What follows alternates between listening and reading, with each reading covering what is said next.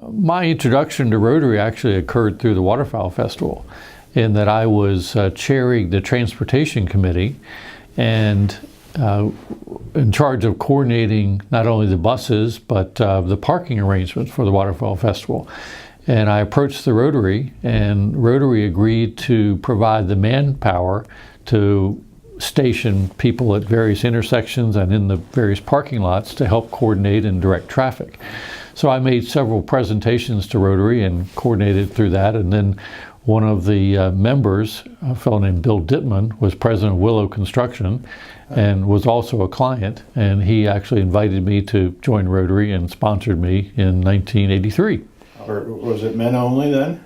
It was very much men only then. And the interesting sidelight to that is that my wife was the county manager at the time. And I can't tell you the exact year when women were first admitted, but Ken Sadler was one of our members who sponsored the first 4 women.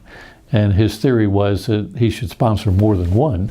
So he sponsored 4 women, and my wife happened to be one of them. I actually had the opportunity to be president of the club twice. The first time was by choice. The second time was when someone else was unable to do so, and I was asked to step up, and I did, and that was quite enjoyable.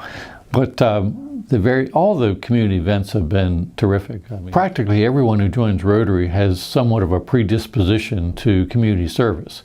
And of course, the Rotary motto is service above self.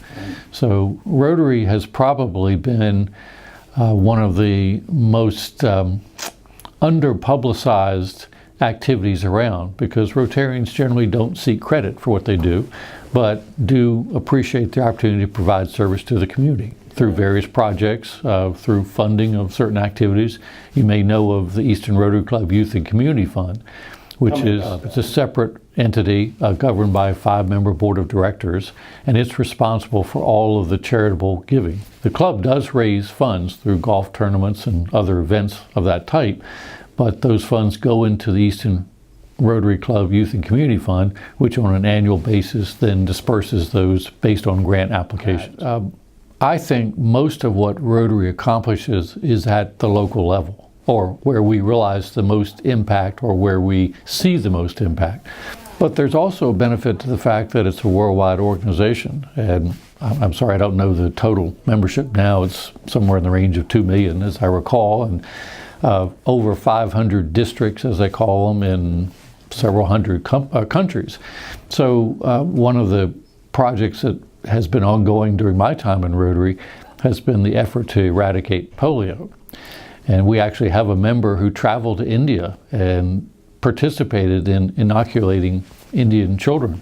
So it's very pleasing to be involved in the local level where you see such things, but it's also nice to know that you're part of an organization that is doing things like that worldwide.